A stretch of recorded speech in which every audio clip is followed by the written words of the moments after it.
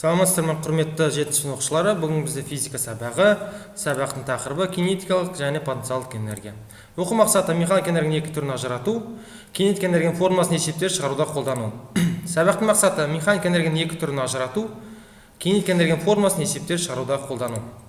Бағалау критериялары: механик энергияның екі түрін ажырата алады, потенциалдық және кинетик энергияларға мысалдар келтіре алады, кинетикалық энергия формуласын есептеп шығаруда қолданылады.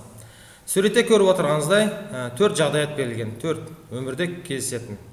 Қалай ойлайсыздар, бұл 4 суреттің 4 жағдайында да бізге энергия қажет пе? Әрине қажет деп ойлаймыз. Сол қажеттікті өтеу үшін қазір біз бір керемет видеоны тамашалайық. Назар аударыңыз. Бүгінгі сабағымыздың тақырыбы потенциалдық және кинетикалық энергия. Адамзат үшін тіршіліктің көзі энергия болып табылады. Бұл энергияның шамамен 80% органикалық отын есебінен алынып жатыр.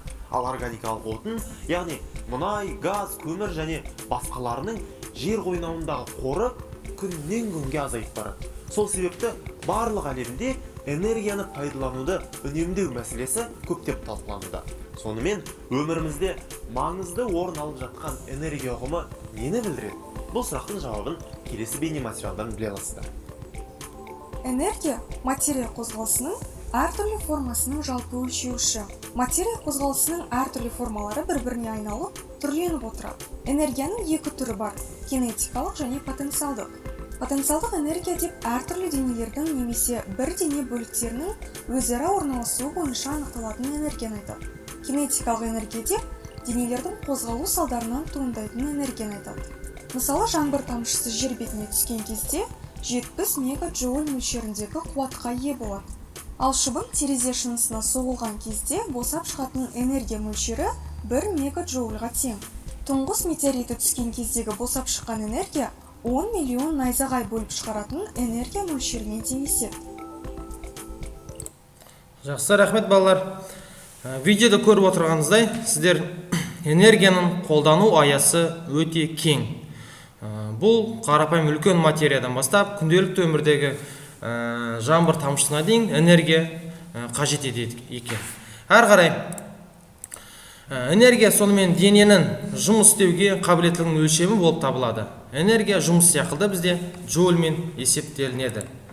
Энергия екі түрге бөлінеді. Бұл механикалық және ішкі энергия. Ішкі энергияны біз жоғары сыныптарда қарастырамыз. Бүгін қарастыратын механика энергия. Оның ішіне екі түрі бізде: кинетикалық және потенциалдық энергия. Механика энергия болып екі түрге бөлінеді. Кинетикалық және потенциалдық энергия болып. Кинетик энергия дененің қозғалған кездегі энергиясы, потенциалдық энергия денелердің өзі әрекет ету немесе мүмкіншілік энергиясы болып табылады.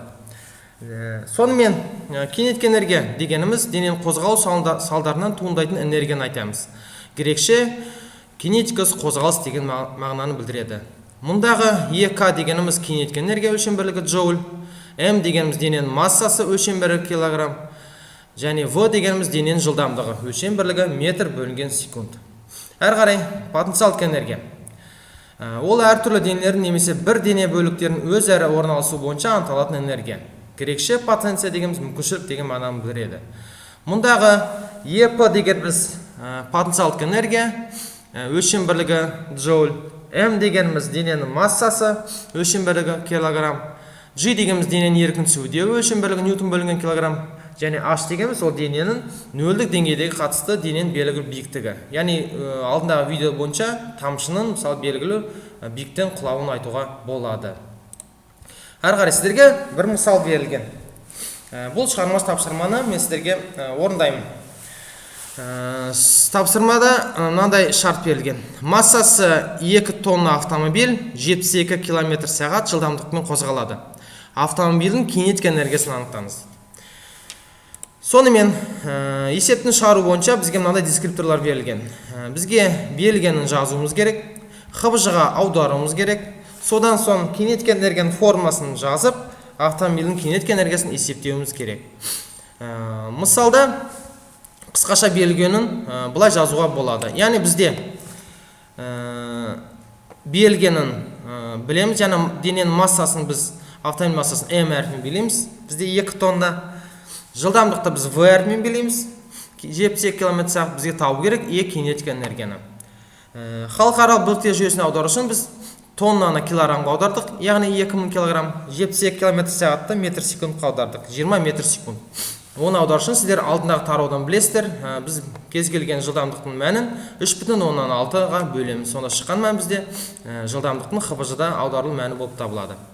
Келесі әрі қарай кинетика энергияның формуласын жазып барып, орындарына мәндерін қоямыз. Мына жерде ескеретін жағдай, біз көбінесе балалар қателесуі мүмкін, жылдамдықтың квадратын алуды ұмытпауымыз керек. Әрі қарай 2000-ды мен 10-тан бассандар түріне келтіру арқылы ықшамдадым. 2 көбейтілген 13 дәресі, 20 квадраты 400, 2000-2 қысқарып жібердім, бізде 400 көбейтілген 13 дәресі. Әрі қарай 13 дәресі бізге кило мен килоға тең. Сондықтан да басқаша 400 килоджоуль деп жазуға болады. Үй жұмысы сіздерге келесі шығармашы тапсырма. 36 км/сағат жылдамдық қозғалған массасы 1 тонна автомобилдің кинетика энергиясын есептеу және массасы 4 тонна жүк машинасының жылдамдығы 36 км/сағат жылдамдықпен қозғалды. Жүк машинаның кинетика энергиясын анықтауымыз керек. Сіздерге мынада келесі дескрипторлар берілген. Яғни берілгенін жазуымыз керек есептің шарты бойынша. Халықаралық бүліктер жүйесіне аудару, кинетика энергияның формуласын жазып, кинетика энергиясын есептеу керек. Есеп шығару барысында алдында мен көрсеткен үлгі бойынша шығаруларыңызға болады. Және де сабақта бізде қосымша ресурстар қолданған. Бұл білімлен жүйесіндегі iTwig ресурстары қолданған. Сол твикталған ресурстарды өздеріңізге есеп шығару барысында қолдануға болады. Үй жұмысы бізде жаттығудың 1-3 тапсырмасы және шығармашылық тапсырманы аяқтау. Бүгін сабағымыз аяқталды. Рахмет.